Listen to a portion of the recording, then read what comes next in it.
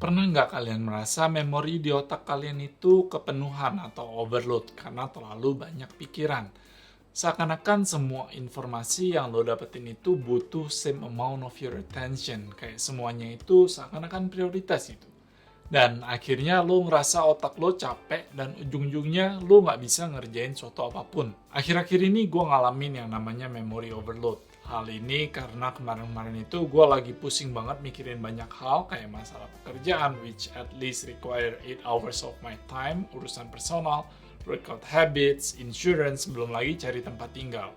Mau bikin usaha kuliner, dan satu lagi yang pasti bikin video YouTube satu ini. Dan itulah alasan kenapa akhir-akhir ini gue jarang post. But in all seriousness, this is true. Gue waktu itu kayak lumayan stres tentang ini, dan akhirnya gue meledak. Gue merasa otak gue terlalu banyak melakukan background task, dan layaknya sebuah komputer, memori RAM dalam otak gue ini seakan-akan udah kepenuhan. Jadi ketika ngelakuin suatu pekerjaan, otak gue rasanya lemot banget. Di saat itu, gue inget petua dari bos gue. Dulu dia pernah share tentang suatu buku namanya Getting Things Done. Bos gue itu seorang C-level, of course banyak banget pikirannya. Anehnya, walaupun saat ini gue belum C-level, tetap aja banyak pikiran. But ya, begitulah. Tapi intinya, ini bisa terjadi ke siapa aja dan kapan aja. Dan di sini gue mau share summary dari buku ini dan gimana gue implement it in my own style. Langkah yang pertama itu capture. Jadi tiap kali kita ada ide, semua action item, semua tas-tas yang tiba-tiba kepikiran gitu, tulis semua itu dalam suatu tempat. Jadi basically, dump all of your ideas during this step. Langkah yang kedua, proses.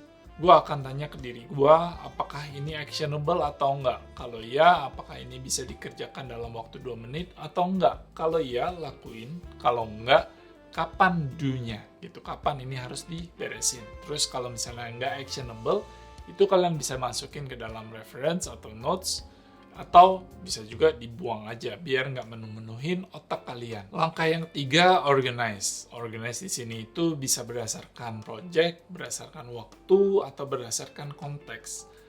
Konteks di sini contohnya seperti misalnya list orang-orang yang kalian mau telepon, atau mungkin seperti groceries list, itu kalian bisa masukin dalam satu list yang sama. Dan yang keempat, di review di tiap minggunya gitu. Dan yang terakhir, engage. Ya, ini dilakuin gitu. Dan ini bukan one step proses, tapi ini proses yang berkesinambungan. Nah, apps yang gue pakai untuk ngelakuin ini itu namanya Todoist. Banyak orang pakai Notion, tapi I think this apps has done the job for me and it's free gitu. Ada juga versi berbayarnya, tapi gue pakai yang versi free-nya.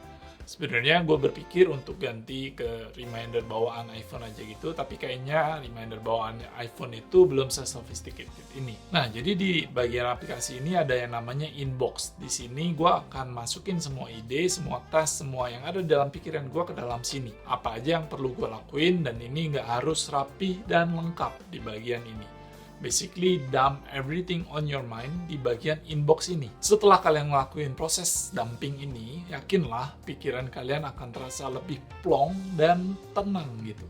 Kemudian setiap paginya sekitar jam 9 gitu, gue akan run through inbox ini buat gue proses dan organize. Di sini gue gabungin bagian proses dan organize-nya. Seperti yang tadi gue jelasin, gue akan tanya ke diri gue 2 hal.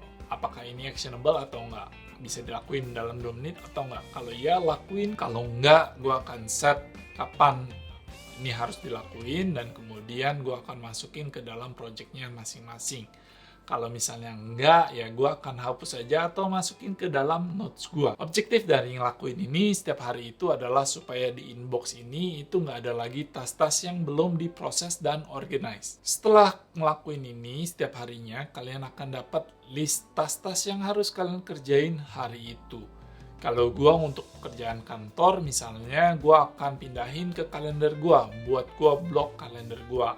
Alasannya supaya yang pertama, gue nggak di-book orang untuk meeting-meeting yang mungkin nggak terlalu penting. Kemudian yang kedua, gue tahu kapan gue harus fokus ngerjain itu. Alright, sekian aja dari gue. Gue harap ini bisa menolong kalian. Jika video ini bermanfaat, let me know in the comment section below.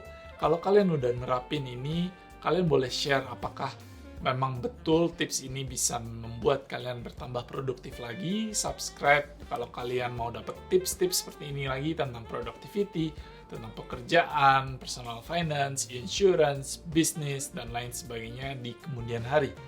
Gua Andy, sampai jumpa di video gua berikutnya. See you!